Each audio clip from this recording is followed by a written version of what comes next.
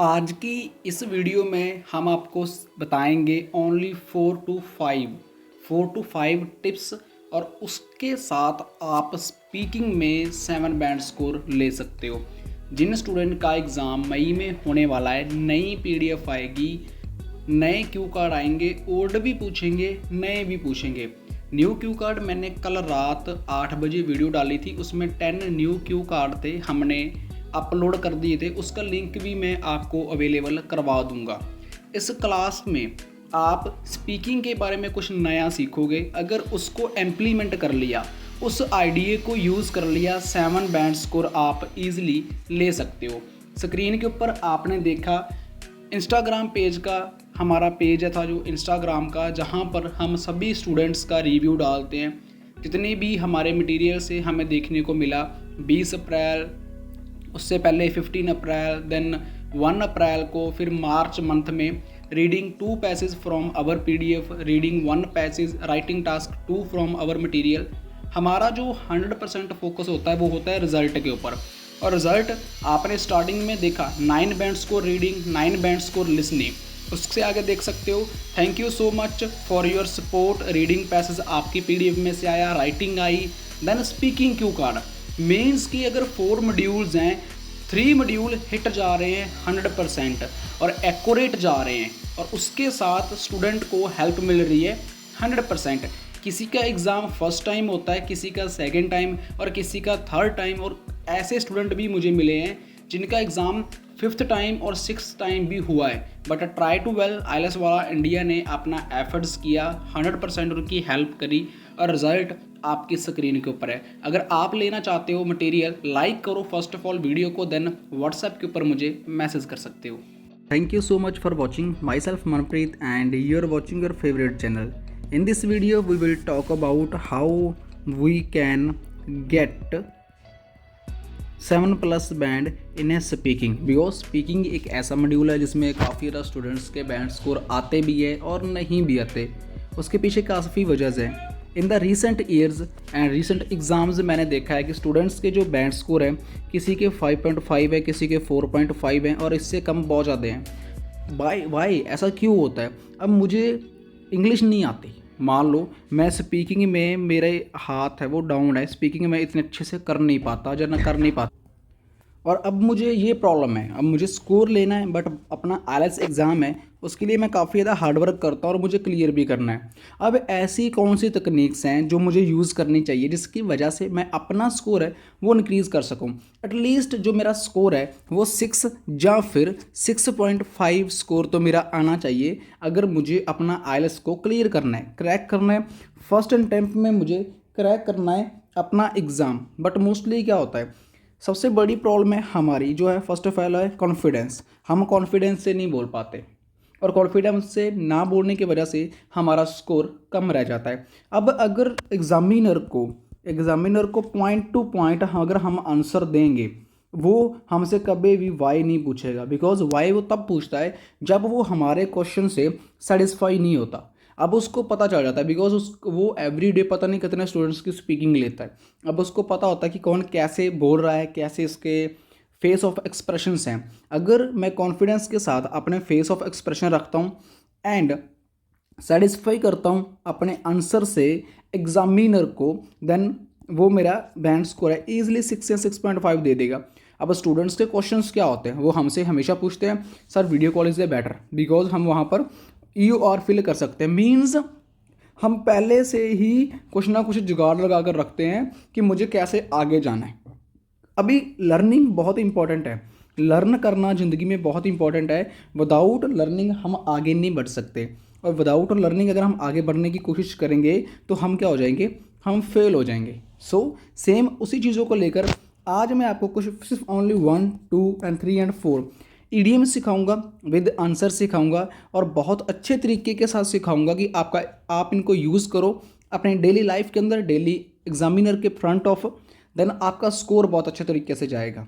और 100% आपके 7 तो कहीं भी नहीं गए, इस चीज़ की मैं गारंटी देता हूँ, मैं श्योरिटी देता हूँ। बट यूज़ कैसे करने हैं आपको क्लासेस में नहीं सिखाया था। क्लासेस में पूछते हैं what is your full name, what is your favourite colour, and can you tell me about your village, same to same थी इस टाइप ऑफ क्वेश्चन पूछकर बोलते हैं ओके आपकी स्पीकिंग है, 10 मिनट लेते हैं हमसे, 5,000 लेते हैं, 6,000 लेते हैं, बोलते हैं bye bye tata good night, और फिर बोलते हैं पेपर मत भरो, बिकॉज उनको पैसा ही मे बी आज डेट में इंपॉर्टेंट है। बट हम फ्री क्लासेस देते हैं, कोई पैसा नहीं लेते। 4 PM and 8 PM today evening, आज जो हमारी क्लास है वो राइटिंग टास्क 2 की है, ये हमारी स्पीकिंग के इडियम्स की है, और कमेंट सेक्शन में आपको लिसनिंग की क्लास मिल जाएगी, और लिसनिंग की क्लास देखने के बाद must subscribe this channel, right. चलो शुरू करते हैं हमारी आज की क्लास। और इसमें क्या हो रहा है, once in a blue moon की मतलब कि once in a blue moon, ये एक ईडियम है, once in a blue moon, इसका मतलब क्या है, something that happens very rarely, कि समथिंग दैट कुछ ना कुछ हैपनिंग होना है वेरी रेयरली, मतलब जो सच्चाई के रास्ते पे होता है। वंस यहाँ बोल सकते हो आप, once in a blue moon some monkeys can be seen in this area. अब देखो यहाँ पर कह सकते हो सम पुल्स जहाँ people human being, some human being can be seen in this area. अगर आप घूमने फिरने गए हो, ठीक है, आप शॉप पे गए हो, आप कहीं पर भी किसी भी टाइप का अगर आपको देखने को मिल जाता है स्पीकिंग में क्यू कार्ड, तो वहाँ पर once in a blue moon आप यूज़ कर सकते हो। जैसे एग्जाम्पल दिए, some monkeys can be seen in this area, some human beings can be in this area, some animals can be in this area, anything ऐसा, some cars can be seen in this area, कि जो cars वगैरह वहाँ पर available हो, आप लद्दाख का बोल दो, ऐसे जगह पर जहाँ पर कुछ चीज़ें रेयरली चांस होते हैं चीज़ों को देखने के, और उनको मतलब अपनी आइज से देख आप उनको कन्वर्स कर सकते हो, ऑब्जर्व कर सकते हो चीज़ों को। वहाँ पर हमें क्या यूज़ करना है, once in a blue moon. अब मैंने आपको 4 एग्जाम्पल दे दिए है सिर्फ ओनली एक के ऊपर, कि आप बहुत अच्छे से स्कोर कर पाओ, आपका स्कोर कम ना रह जाए। कमेंट कर कर जरूर बताना यार कैसा रह रही है हमारी क्लासेस का फीडबैक, इस क्लास का फीडबैक भी जरूर देना प्लीज़, मेरी आपसे रिक्वेस्ट है, बिकॉज मैं भी मेहनत करता हूँ आगे आप लोगों को सिखाने के लिए।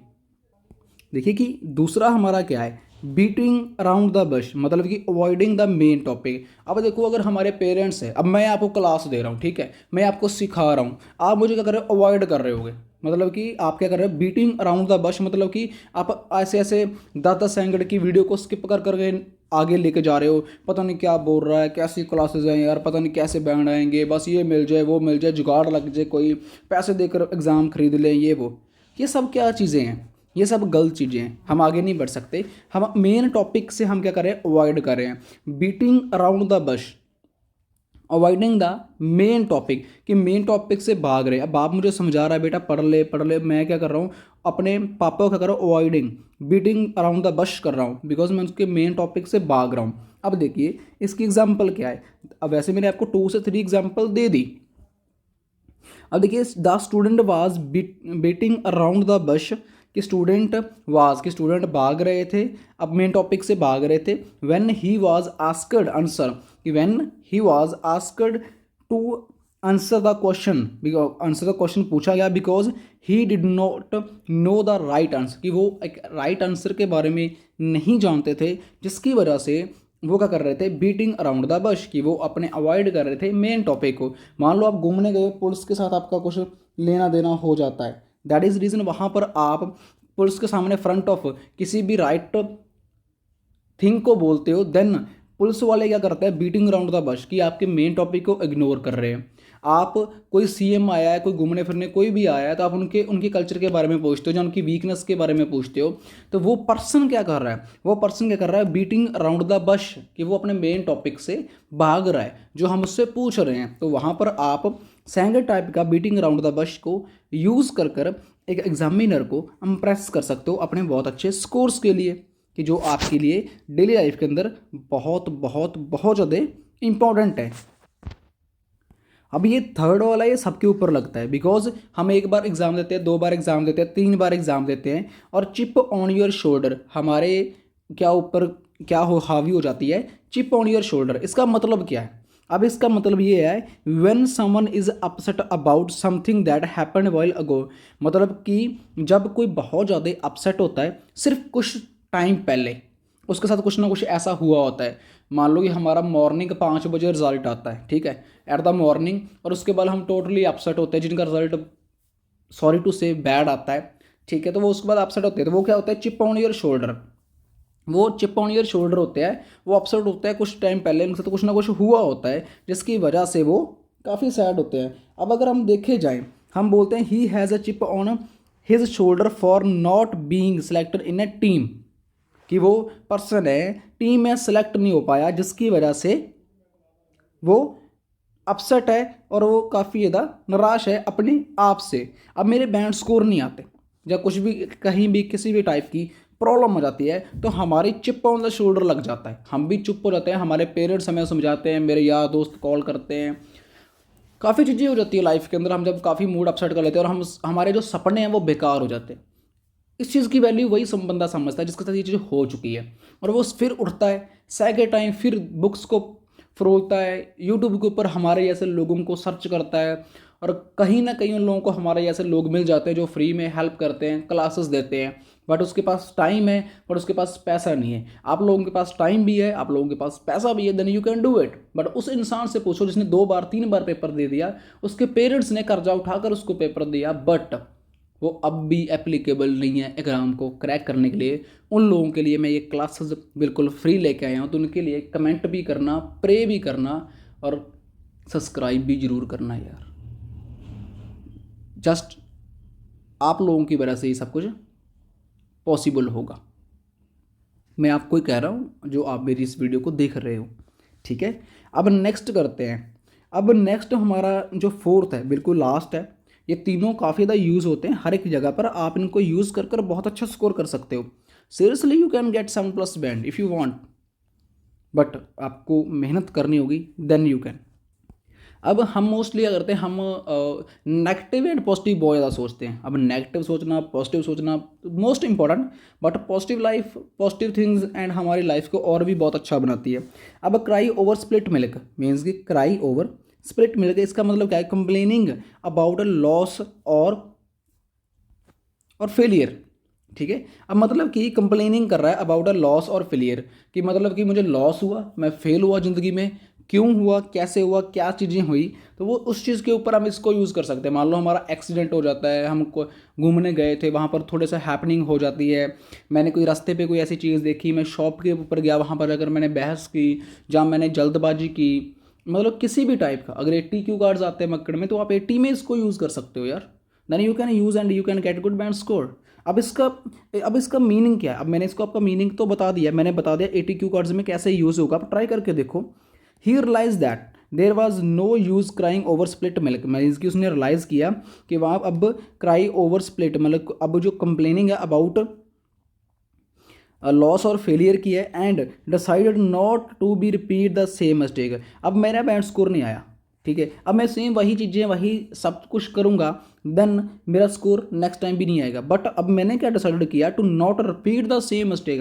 अब मुझे कराई ओवर स्प्लिट मिल्क नहीं बनना। अब मुझे डिसाइड कर लिया कि मैं दोबारा वो मिस्टेक वार नहीं करूँगा, क्योंकि मैंने अपने आप को प्रिपेयर किया है फॉर द नेक्स्ट एग्जाम, अब for the next round, because मैं अच्छा स्कोर लेना चाहता हूँ, अच्छी लाइफ को बेटर बनाना चाहता हूँ। अब आप देखिए मैंने 4 बताए, अब किसी भी सेंटर में ये चीज़ें बताते हैं, पहले सब्सक्राइब कर दो यार, लाइक भी कर दो यार, और कमेंट कर ज़रूर बताओ कैसा रहा। कमेंट सेक्शन में पिन कर दिया लिसनिंग की क्लास, टमारो 8 PM होगी हमारी राइटिंग की class. Then thank you so much, keep supporting, keep love and God bless you everyone.